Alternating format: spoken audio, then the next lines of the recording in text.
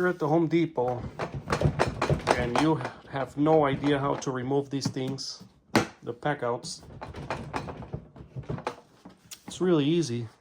All you have to do is pull on this thing and this thing will just slide and you can pull it right off.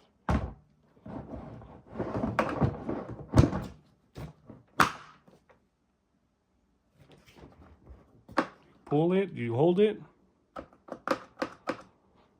and you slide it. It'll come right off. And in order to assemble it, put it right there, slide it in, goes right in. So this other one on the right, that one will not open up to the front like these. It won't open up like that to the front like these.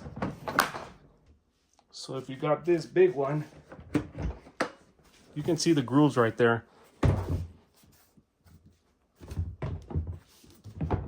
In order to put this one in, just like that.